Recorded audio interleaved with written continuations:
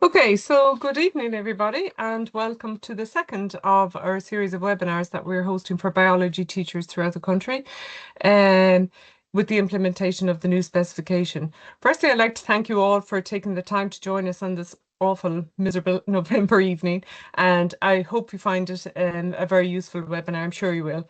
My name is Emma O'Donovan. I'm Head of Post-Primary Sales here in Folands. We have a team on standby in the Marketing Department, Katrina, Sarah and India, who will ensure the smooth running of this webinar. And the author team are also on standby for any questions you might have throughout.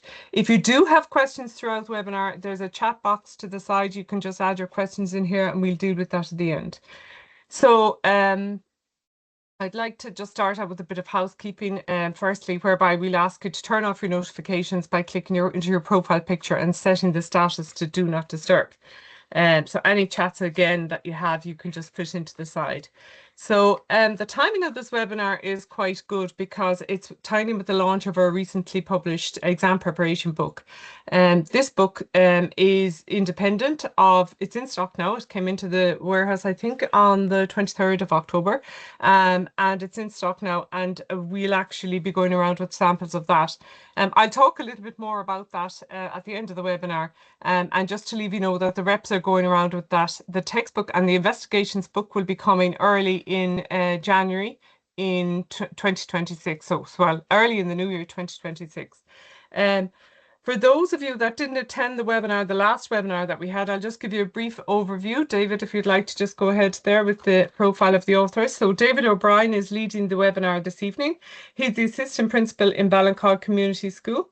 And he's a teacher of science, maths, and he's an ISTA biology convener and a junior cycle science convener. And he's also the Essential Science, one of our co-authors to the Essential Science.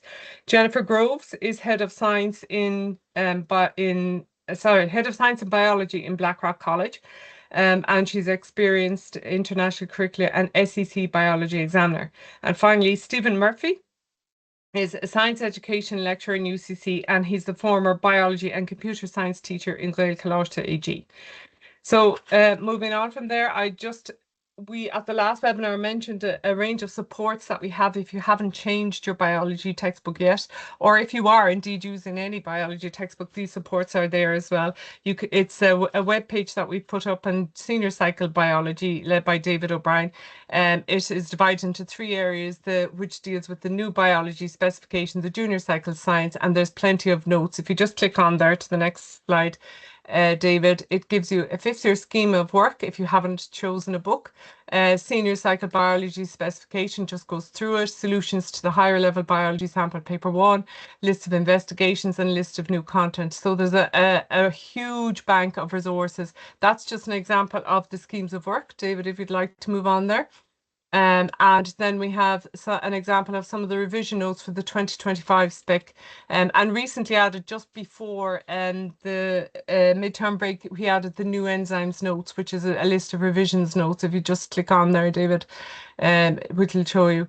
And David also has an Instagram account for Senior Cycle Biology, and this has a competition on at the moment. So if you want to enter the competition and tag some friends on this, David keeps putting up material that is relevant to the new specification for Leaving Cert Biology. So you just click on there, David. The overview of topics we'll be doing this evening is how to successfully integrate the nature of science into every topic. David will also be going through the new areas of cell biology, respiration, and photosynthesis. He'll then do a brief examination style questions, which are similar to the exam paper questions that we have released by the department. There's an analysis of the types of questions on the sample examination papers, and he'll have the Christmas exam, which Jennifer will go through for 5th years. It's a suggested exam that we're putting up for 5th years. And finally, there'll be a Q&A section at the end, and there's a draw for a set of biology and practice exam prep books. And then there's a little survey at the end of the webinar as well. So without further ado, I'll hand you over to David, who will go through the biology specification for 2025 and what supports we have for you. Thank you. Thanks very much, Emma, and thank you all for coming. It's great to see such a large crowd here tonight. So In tonight's webinar, I'm going to be teaching you or going through with you the new areas in cell biology, respiration, and photosynthesis. Now, everything we will go through tonight is informed by the essential documentation that we all have, the biology specification, as well as the 2 higher level sample papers and the 2 ordinary level sample papers for Leaving Certificate Biology. When you are teaching your topics for Leaving Certificate Biology, it is essential that you do not teach the topics in the order in which the specification is sequenced. When you're teaching the learning outcomes from the specification, you need to pick topics taking into account 2 specific concerns. The topics need to be thematic in nature. That's because the questions that we've seen on the sample paper are theme-based, but as well as that, the topics need to be laid out in a pedagogically sound sequence. So in 5th year, okay, most of us so far should have done the characteristics of life, biomolecules, cells, enzymes, and transport across membranes. And while doing them, you should be integrating the nature of science. It should permeate all of your learning outcomes. After the October midterm break, which we are in now from November to December, we would suggest you would do topics such as the digestive system, cell division, bacteria, and fungi, and at the same time integrating and permeating the nature of science learning outcomes. Now, we are suggesting that you do these topics because they're thematic, related to osmosis and diffusion and biomolecules and enzymes. And as well as that, okay, there is no knowledge gaps in this sequence. There's no point in doing, for example, viruses at the beginning, because of course viruses require a predisposed knowledge of DNA and RNA, because there's DNA viruses and retroviruses. So following our scheme of work that Jennifer, Stephen, and I have devised, it is pedagogical as well as thematic. So I suppose talking to teachers around the country, most of the feedback that we're getting is that the nature of science is taking up an awful lot of time. The nature of science should not, under any circumstances, be taught as a standalone topic at the beginning of 5th year. And you might say, right, how am I going to integrate the nature of science into every single lesson and every learning outcome? And I know we spent a bit on that in webinar 1 in September, but just to show you, okay, that in the Biology in Practice book, there is nature of science questions integrated in the exam preparation book itself. So here we have some about the digestive system, okay, exam style questions about the digestive system, nature of science questions, analysis of graphs, data analysis questions related to the digestive system. Here we have nature of science questions related to bacteria. And by doing these questions and using the book, you should therefore save time in the long run and not spend as much time on the nature of science at the beginning. And this book will facilitate the seamless integration of the nature of science in your lessons. Again, we have a nature of science question about bacteria. So, yes, do a small bit at the beginning of 5th year, such as the whole area of the scientific method. However, all of the remaining learning outcomes about variables and fairness and reliability and accuracy should permeate the other learning outcomes. There's an awful lot of them there, okay? I'm showing the nature of science learning outcomes on the board. There's a lot of them there. So they really should be permeated. For example, you might say, right, cell division. There's no investigation in cell division. So how do I integrate the nature of science? We have you covered for that. You can see the NOS icon next to 10.15. It's in green, okay? That tells you that it's a nature of science question. And the same for bacteria. And here we have another NOS one for fungi. And it's really important, as we said, we're listening to the feedback, and this is how you would ensure the integration of the nature of science. So let's begin. Time to do some teaching. There's cell biology, cell in the microscope, respiration, photosynthesis. Okay, some of it is familiar to us from the old course that we're teaching with the 6th years, but there is some new parts to it. And I'd like to simply take you through it as if I were teaching my own students. So, higher level only, students need to know about 2 new organelles. They need to know, first of all, about the endoplasmic reticulum, okay, which is continuous with the outer nuclear membrane. Of course, it will only be in eukaryotic cells because it's continuous with the nuclear membrane. And secondly, for higher level only, they need to know about the Golgi apparatus. So I'm teaching this as if I would teach my students. And students, let us go on a journey. And we'll begin at the very center of the nucleus with the nucleolus. And that's the start of our journey. And we'll teach the students that the nucleolus is the site of ribosome synthesis. The nucleolus there on the right-hand side makes ribosomes. And of course, the nucleus is surrounded in a double membrane, okay? And you can see those pores in the outer membrane of the nucleus. So the endoplasmic reticulum is continuous with the outer membrane of the outer nuclear membrane. And there are two distinct but connected regions of the endoplasmic reticulum. The rough endoplasmic reticulum is the site of protein synthesis, and the smooth endoplasmic reticulum is where lipids are made. It's the site of lipid synthesis. Now, the rough endoplasmic reticulum appears rough through the electron microscope because ribosomes stud the membrane. You can see the studs on the right-hand side studding the rough endoplasmic reticulum, while the smooth endoplasmic reticulum lacks ribosomes on its surface. So let's think about our journey. We have gone from the center, which is the nucleolus. We have gone through the pores, okay, out of the nuclear pores. So the ribosomes are made in the nucleus. The ribosomes travel out of the nuclear pores, and the ribosomes attach themselves onto the rough endoplasmic reticulum. Now, of course, we have free ribosomes in the cytoplasm, but some of them attach to the rough endoplasmic reticulum.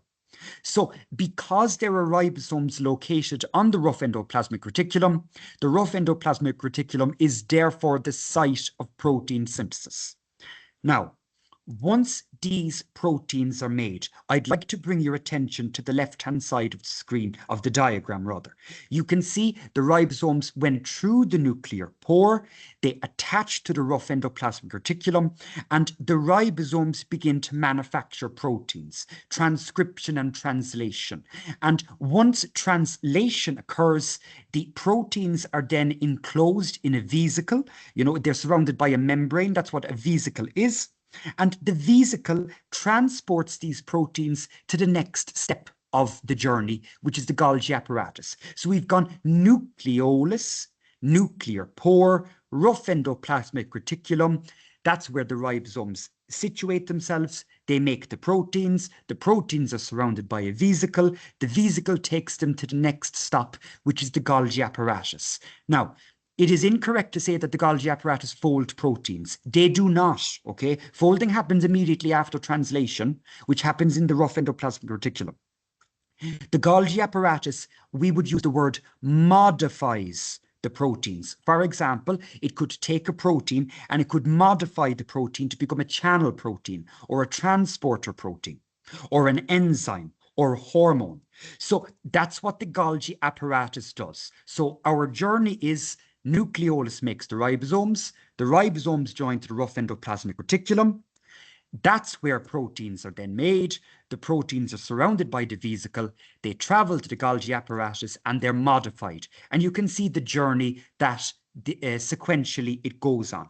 Now, the same is for lipid synthesis, okay? The smooth endoplasmic reticulum, without the ribosomes, would make lipids. The lipids would be surrounded by a vesicle, and the lipids would be then subsequently taken or transported to the Golgi apparatus. The Golgi apparatus is like the sorting center and the shipping center.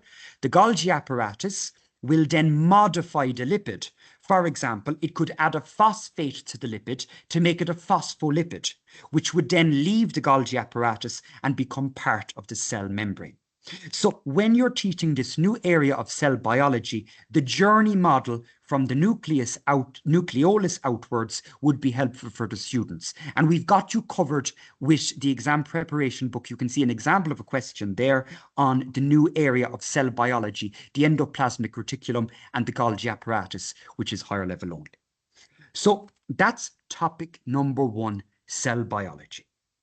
And now we're going to spend some time on respiration, followed by photosynthesis.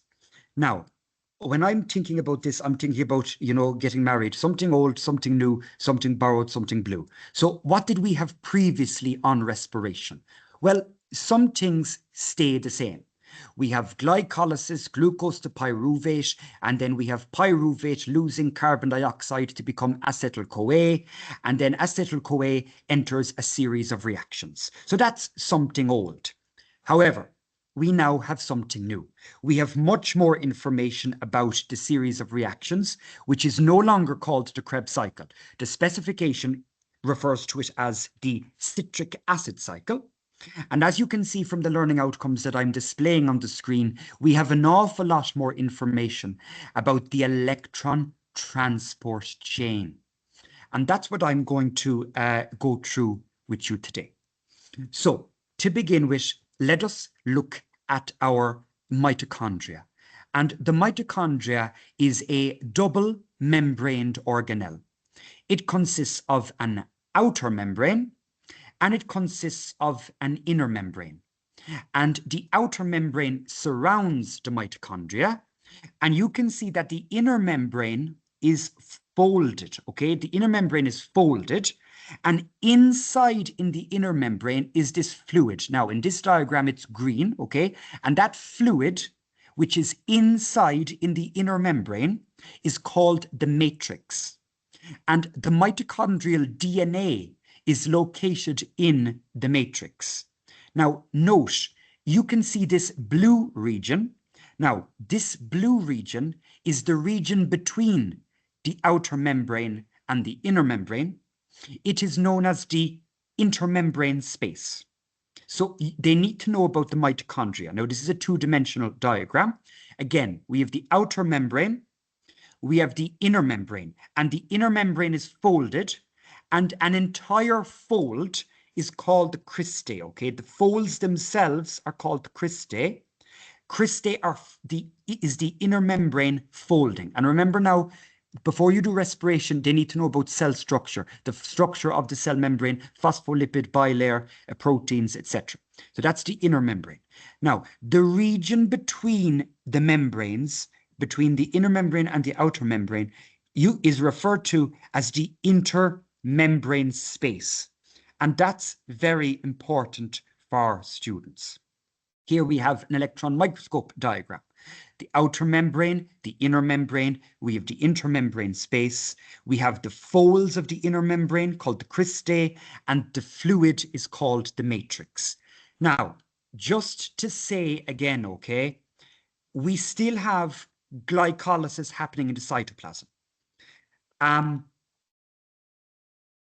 However, once glycolysis occurs, glucose to pyruvate, pyruvate to acetyl-CoA. Acetyl coenzyme A goes to the matrix in the mitochondria. Acetyl coenzyme A it goes through the, follow my arrow, it goes through the outer membrane, the intermembrane space, it goes through the inner membrane, and acetyl coenzyme A, in the presence of oxygen, will be present in the matrix, the fluid. Now, it is when acetyl coenzyme A enters the matrix, we would have called this the Krebs cycle. Acetyl coenzyme A now undergoes a series of reactions which the specification refers to as the citric acid cycle. And in the citric acid cycle, the same thing happens. Acetyl coenzyme A is broken down into carbon dioxide, energy, protons, and electrons, just like the old course. So the matrix, the fluid, is the location of the citric acid cycle. However, I've highlighted this in brown for you to see. The electron transport chain, which happens after the citric acid cycle, literally happens in the inner membrane. You can see the brown inner membrane surrounding the blue matrix.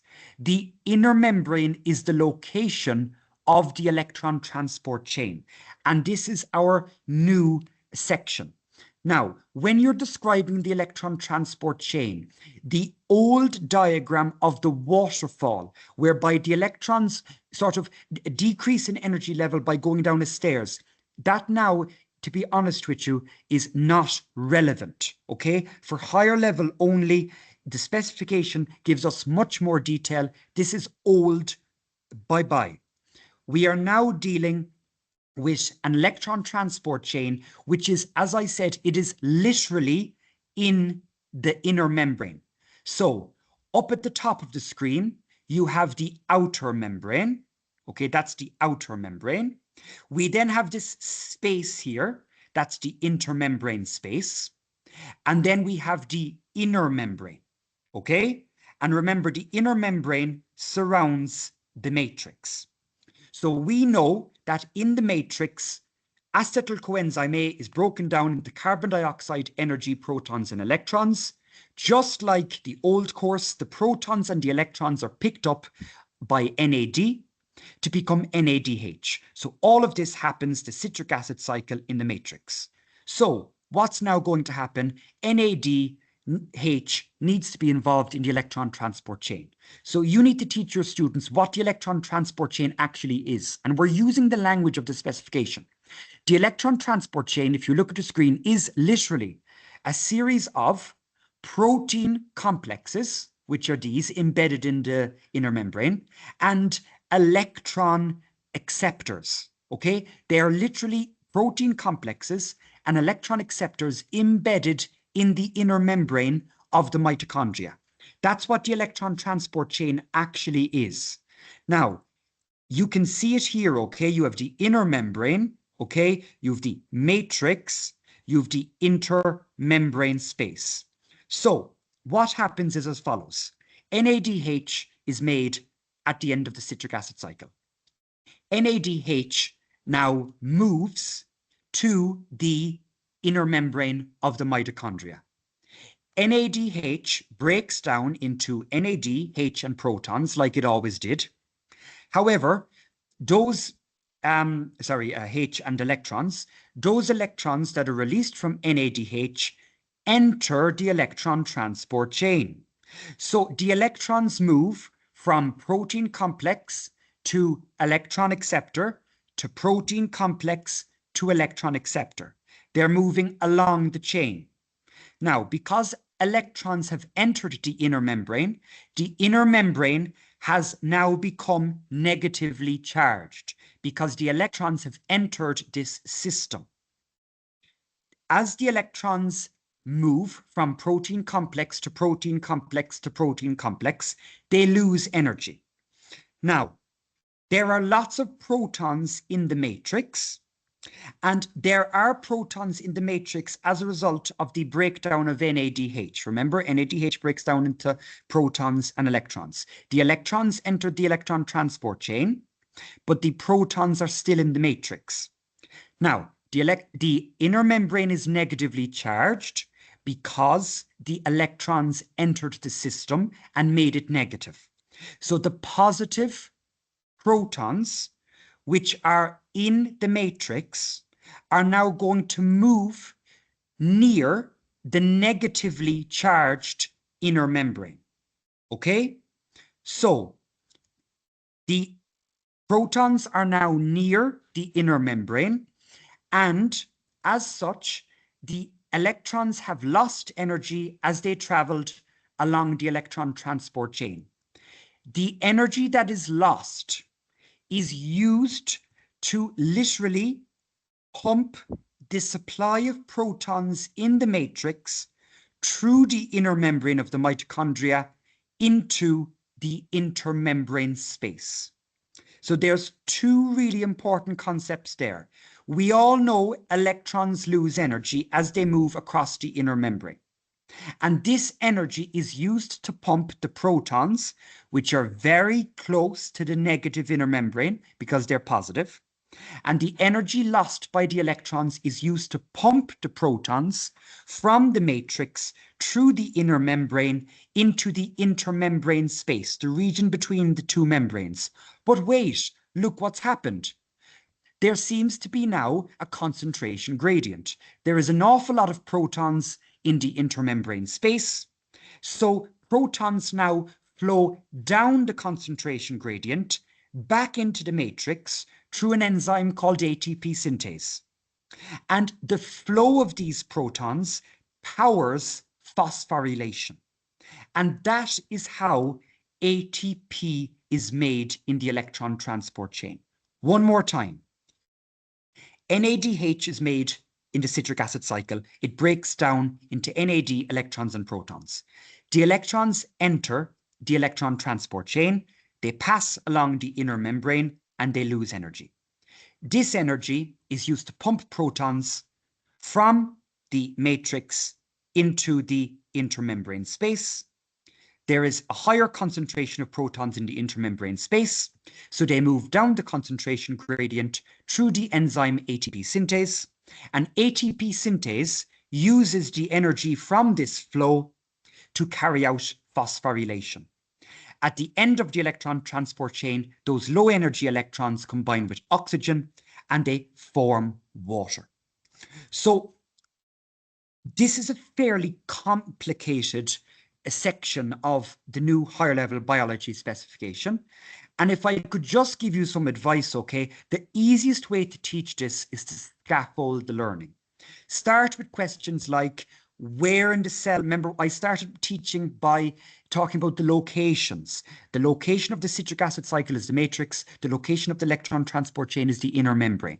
What does the electron transport chain actually consist of? Okay, it's made up of proteins embedded in the inner membrane and electron carriers. Move on then to more difficult questions. How does ATP synthase use the flow of protons to make ATP? Because protons are flowing from high to low, okay, it uses the energy from the flow to join ADP plus P to make ATP, i.e. phosphorylation. Now, this is difficult to understand for students, but because we waited for the sample papers to come out, okay, and we waited to actually teach the lessons ourselves, this decision-making has informed our book. So you can see it scaffolded the learning, starting off with learning about the different locations of the mitochondria. And this is a snap from the Biology in Practice book. And we get to more difficult questions about the mitochondria and pyruvate and ATP synthase. So this book, okay, the Biology in Practice and Exam Preparation book is scaffolded to help you explain these difficult concepts. So if you're still with me, you're doing very, very well, okay? And the third topic that I'm going to take you through is photosynthesis. Now, just to be clear, okay, this is what the specification says. Now, I'd like to draw your attention to the language, okay? So there's no mention here of the word cyclic photophosphorylation or non-cyclic photophosphorylation. Just be aware, they're not calling it pathway 1 or 2 either. Okay, they're literally calling, obviously, the light-dependent reactions, the light stage, they're calling the pathways non-cyclic pathway and cyclic pathway. Okay, just be aware of what they're calling it. Secondly, the students are asked about a photon of light. We'll be coming to that. And as well as that, the specification talks about the chlorophyll molecule being positively charged. Okay, there's a lot of new things there. I will go through it. In addition, we're talking about the thallicoid membrane and the electron transport chain in the thallicoid membrane. So again, there's some new bits which I will spend maybe the next 30 minutes going through with you. So how would you begin by teaching this? Well, as I said, just like the exam prep book, it needs to be scaffolded. Start with the macro structure. Start with the chloroplast itself. The students need to know the structure of the chloroplast. Number one, the chloroplast is a double-membraned organelle. It contains an outer membrane. It contains an inner membrane. Just like the mitochondria, it contains an intermembrane space. Now, the fluid inside the mitochondria is called the matrix. The fluid inside the chloroplast is called the stroma. Okay, the stroma is the fluid. And inside in the stroma, we have inside this liquid interior, we have flattened membranes. Now, one flattened membrane is called a thallicoid. Now, these membranes are full of chlorophyll. That's a really important point to make. The chlorophyll are literally found in these membranes. These membranes are called thallicoids. Now, as well as containing chlorophyll, these membranes are the site of the electron transport chain for photosynthesis as well. Remember what the electron transport chain is. It's a series of proteins and electron acceptors embedded in a membrane. Now, notice each individual thallicoid is arranged into a stack, and these stacks are called a granum. Okay, a granum is a singular stack, or plural, a grana. Now, because the thallicoids contain chlorophyll and the chlorophyll absorbs light, this is, of course, the location of the light-dependent reactions. The stroma, okay, the fluid, does not contain chlorophyll, so it doesn't absorb light. So this would be the location of the light-independent reactions. So you take them through the chloroplast structure. Now, before I move on to the next slide, I'd like to draw your attention to one of the most important nuggets of information from tonight, which is the bottom right-hand side. Lumen inside of thallicoid. Can you look, please? You can see the two different shades of green. So the inner shade of green is the inside of the thallicoid. The outer shade of green is the thallicoid membrane, okay? It's the thallicoid membrane. So if we zoom in, you can see the lighter shade of green would be the lumen of the thallicoid.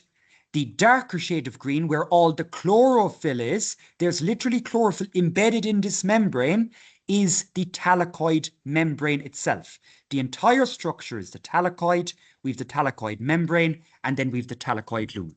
So let's begin, everybody. Something old, the light stage. That's the light-dependent stage. Something new straight away. We need to talk about a photon of light. Now note, a photon is simply a single unit of light. That's what a photon is. So, as you can see, do you see this purple image there? That is, okay, chlorophyll. Okay, that is chlorophyll. It's embedded in the membrane of the thallicoid. Now, chlorophyll, okay, the thallicoid contains a range of chlorophyll pigments. Now, you might remember from the old SEC course, there was a question about a graph. There was like chlorophyll A and chlorophyll B. These are the different types of pigments. Carotenoids is another one. Well, a photon of light is absorbed by a chlorophyll pigment, and the pigments pass on the light from one pigment to the next pigment, to the next pigment, to the next pigment, until the photon of light reaches the chlorophyll reaction center, or the reaction center chlorophyll. Now, in the chlorophyll reaction center, this light energy, this photon of light, is transferred to electrons, and the electrons become energized. So here we have it again. We have the thallicoid membrane. Okay, I got this from online. Okay, you have the thallicoid membrane, and you literally have this chlorophyll, okay, the green guy, and he's made up of different pigments. And you can see on the right-hand side, a photon of light is being absorbed by a pigment.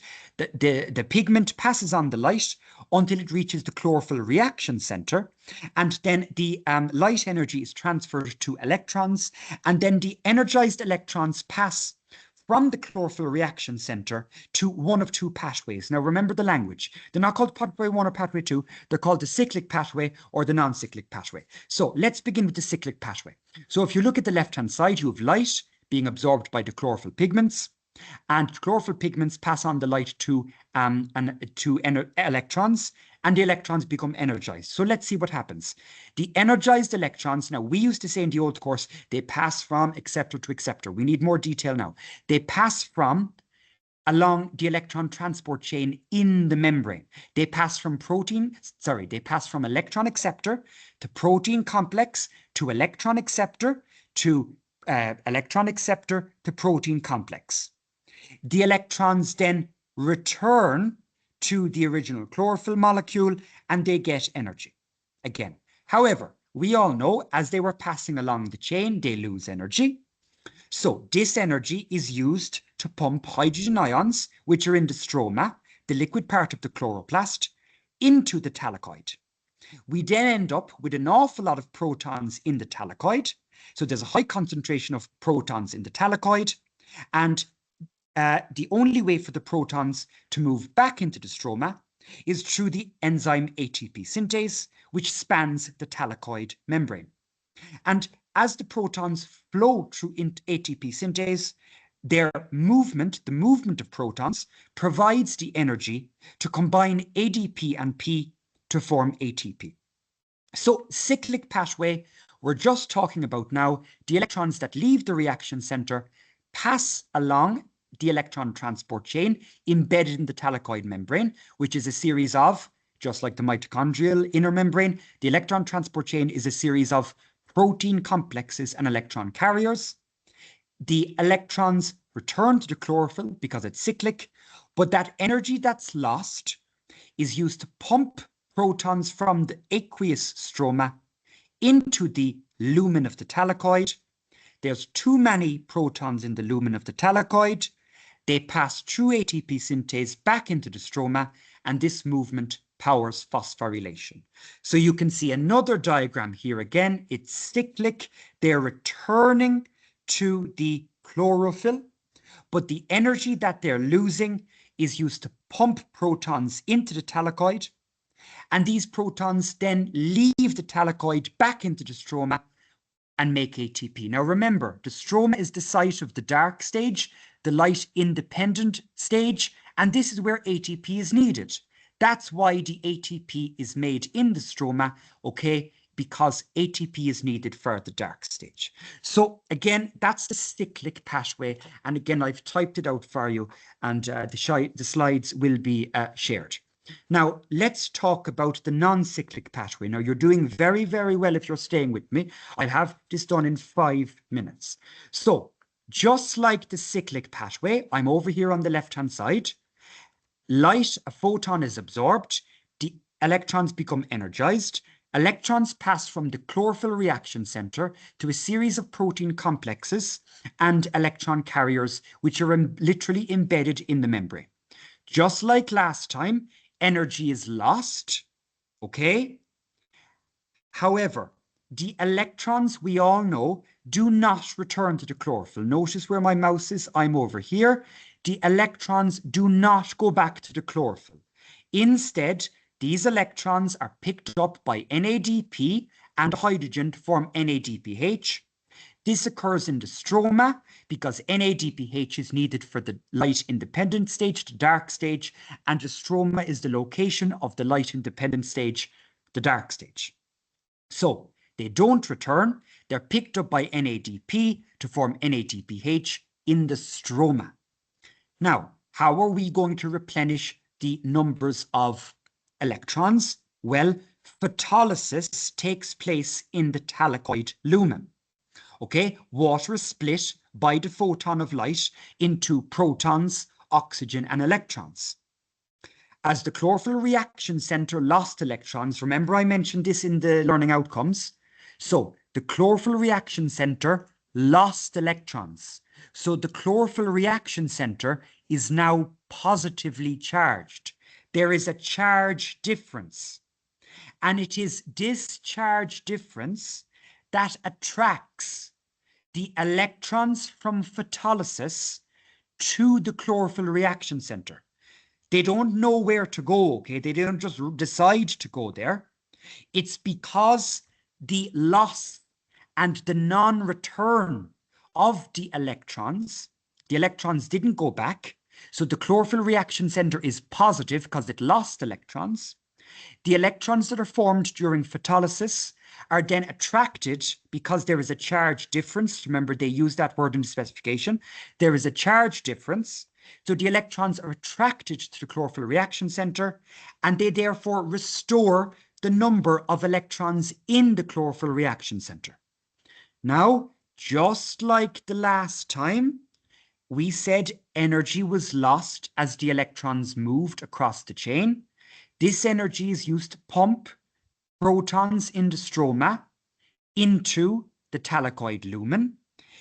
the protons in the thallicoid lumen build up in high concentration, and the only way for them to move back into the stroma, where they're needed to join with NADP in the formation of NADPH, we want the protons here, we really want them here. They were taken from the stroma by the lost energy of the electrons into the thallicoid lumen, but we need the protons here to form NADPH. So how do we get them from the thallicoid lumen into the stroma? They pass through ATP synthase. And as the protons flow through ATP synthase, their movement provides energy for phosphorylation to occur. And again, the best thing you can do to teach this is start with the macrostructure, the chloroplast, okay? And then talk about the membrane and the lumen and bring it down bit by bit. Now, just to show you how important this is, it came up in higher level sample paper 2. So you can see the precedent that has been set. Very briefly, you can see the electron, you can see the photon of light, you have the photolysis taking place in the thallicoid, cyclic returning, non-cyclic not returning, and NADPH forming inside in the stroma. Now, recommended for teaching, take it in a scaffolded approach. Now, this is a snap from the Biology in Practice exam preparation book. You can see it builds up the knowledge. We talk about the chloroplast, the membranes, the grana, and the stroma. Where do the light-dependent reactions occur? Where do the light-independent reactions occur? Where are photons absorbed? Where is ATP synthase located? And then we build it up, okay, to the molecular scale of looking at the flow of electrons. So the Biology in Practice exam preparation book will be a great help to students and teachers in teaching these difficult topics of the cell, of respiration, and of photosynthesis.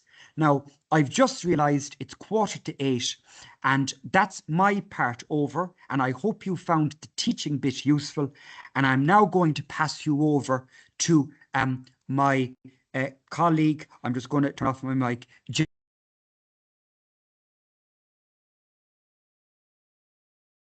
Hi, everyone, and thank you. So I'm just going to talk a little about Christmas exams. So David is controlling this for me. So if you go on to the next slide, please, David. And the next one. So it's coming up to Christmas, and to try and make your lives easier, and we have made up a exam Christmas paper for you guys. So on that previous slide there, we've already shared what our suggested scheme of work and topics to be covered should be for the term 1. So we have made a paper based on those topics. This is an editable Word document and a marking scheme. So this will be shared with you guys later. And like that, it's editable, so you can change it as you want. I know myself that I won't get all of the scheme covered that we have suggested, so I will be editing this. Now, to start off with this, the SEC, just to remind you, I'm sure you've all looked at the sample papers that were given to us by the SEC. So the SEC sample paper is 2.5 hours long. There's 7 questions. So question 1 is compulsory, and that's 50 marks. And then when students turn the page and go to question 2, at the top of that, it says that students must answer 5 questions from questions 2 to questions 7. So that's 6 questions in total of 50 marks each, which adds up to 300 marks. And they're suggesting a time of 2.5 hours, which is roughly about 20 to 25 minutes per question. So what I've done is I've modified that to try and adapt it to how I'm going to approach writing our Christmas paper. Now, for me in my school, we are going to have 1.5 hours for our Christmas exam. And I'm suggesting that our question 1 will be compulsory. And then students, there'll be an option there of questions 2, 3 to answer, and then an option of, to answer then 2 other questions out of the 3 others that are there. So so that total will be 150 marks.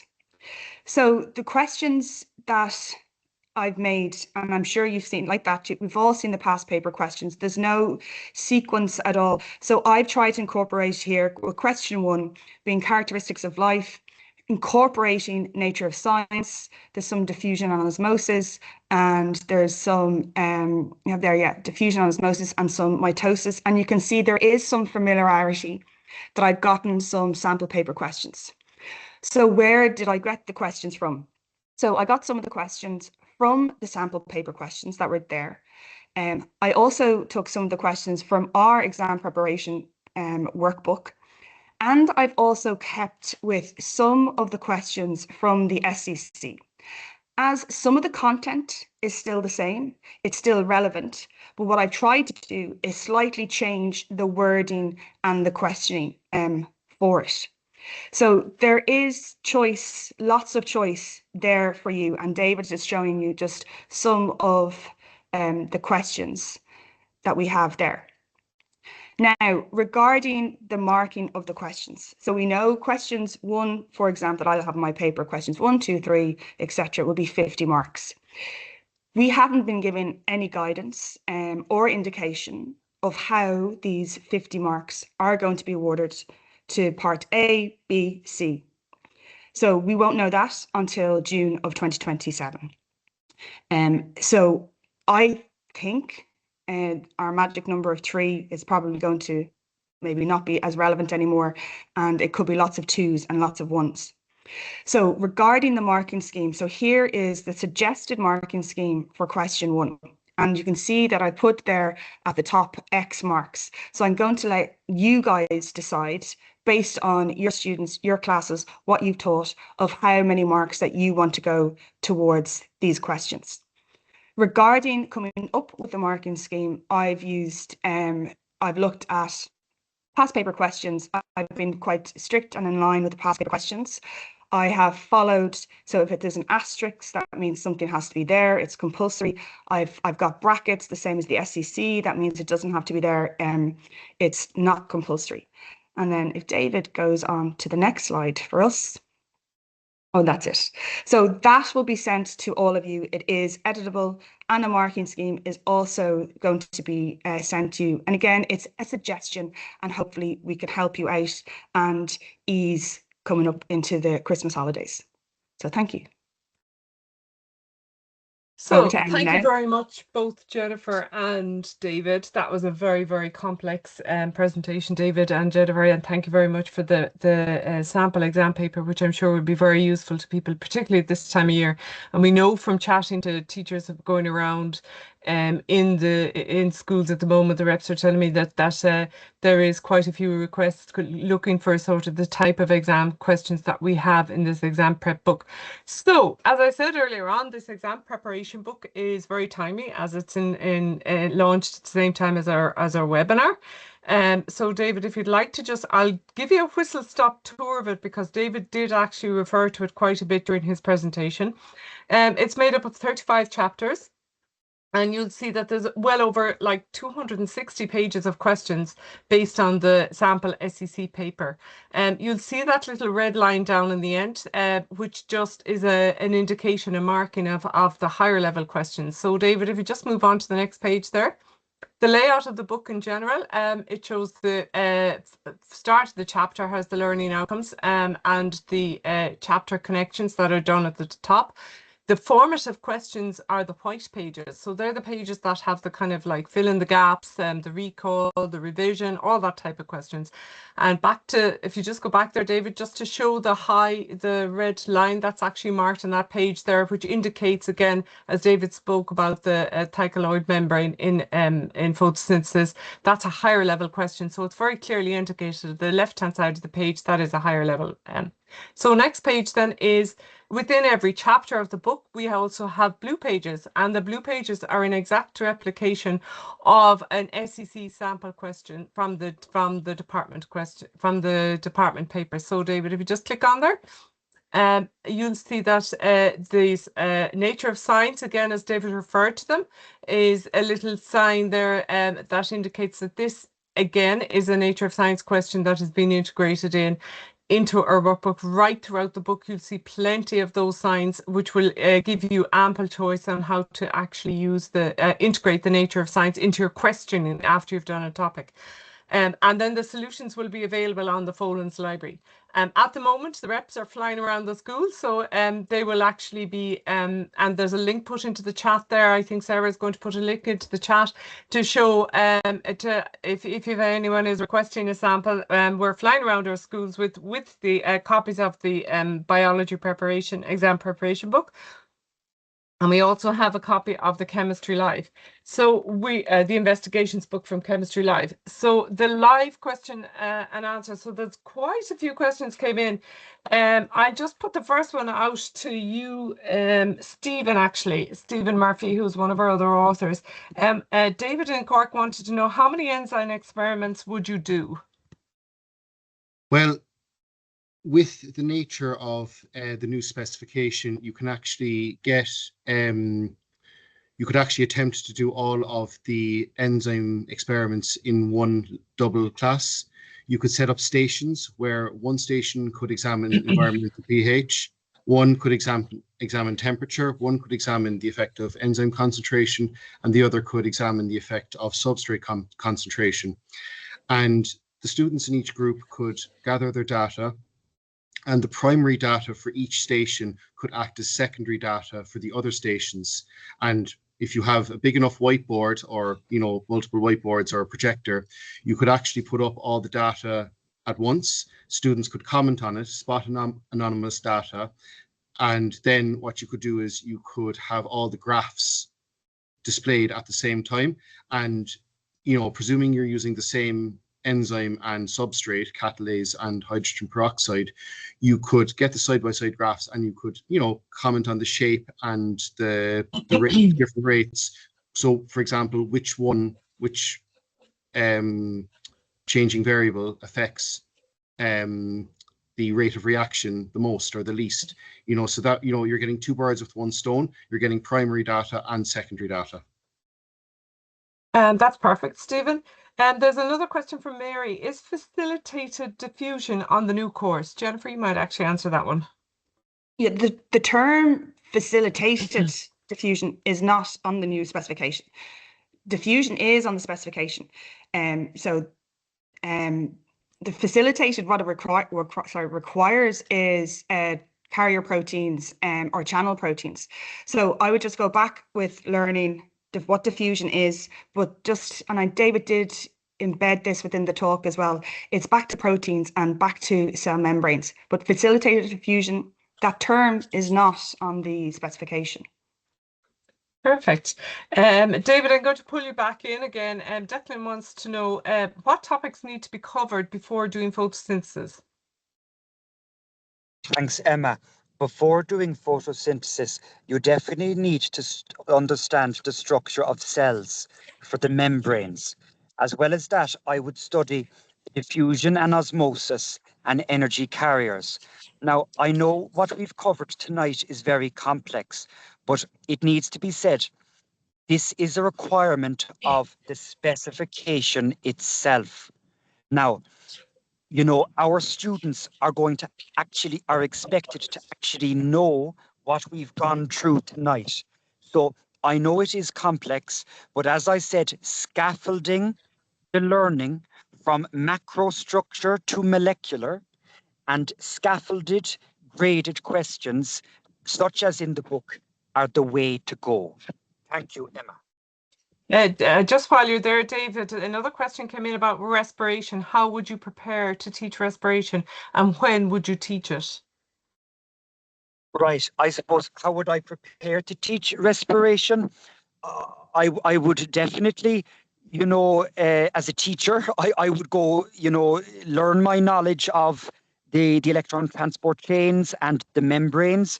I would make sure my students know about biomolecules and make sure they know about energy carriers. When would I teach it? Maybe the end of 5th year or the start of 6th year. But of course, us as teachers, we're nearly halfway through 5th year now. We need to be ahead of the posse.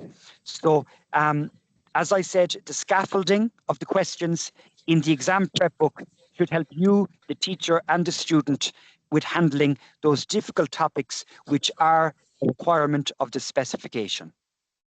Perfect.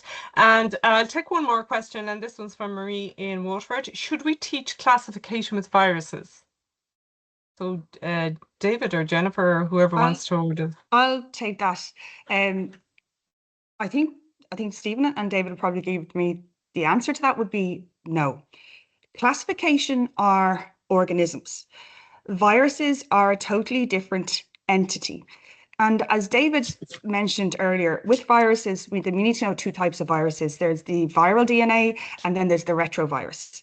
And knowing viruses, we students have to understand and have covered, I think anyway, genetics first and DNA first. Even before doing classification of organisms, what you would need to do first would be the evolutionary development. So I would say no, not study them together.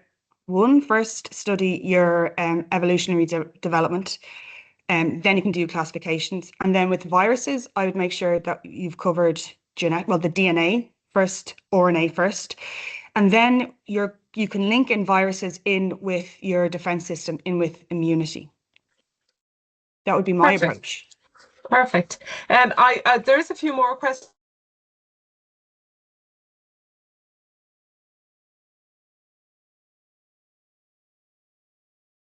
Emma, I think you've frozen on us.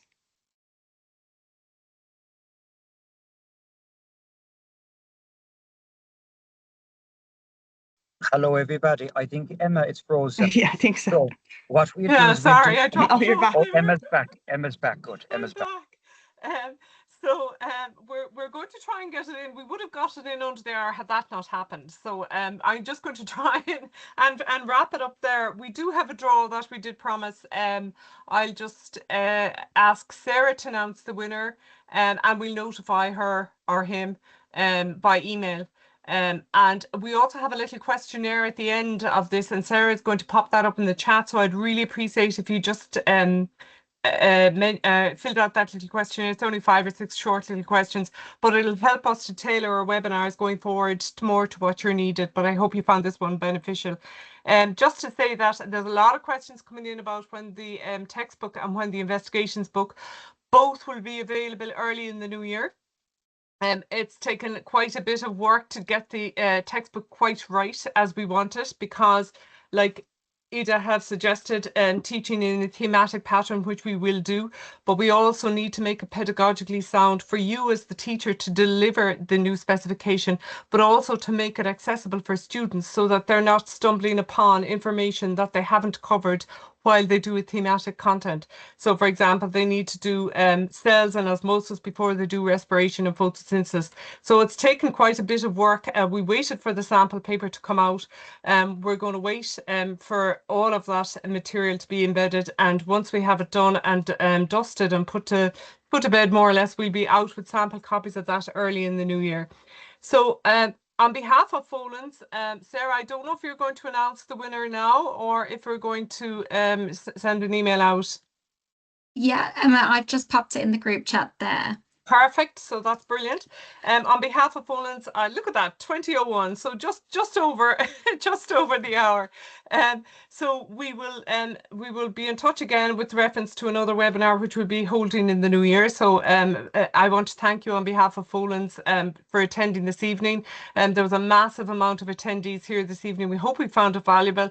On behalf of the marketing department, Sarah, India and Katerina, and the authors, myself, Jennifer Groves, David O'Brien and Stephen Murphy, thank you very, very much for attending, and have a good evening. Thank you.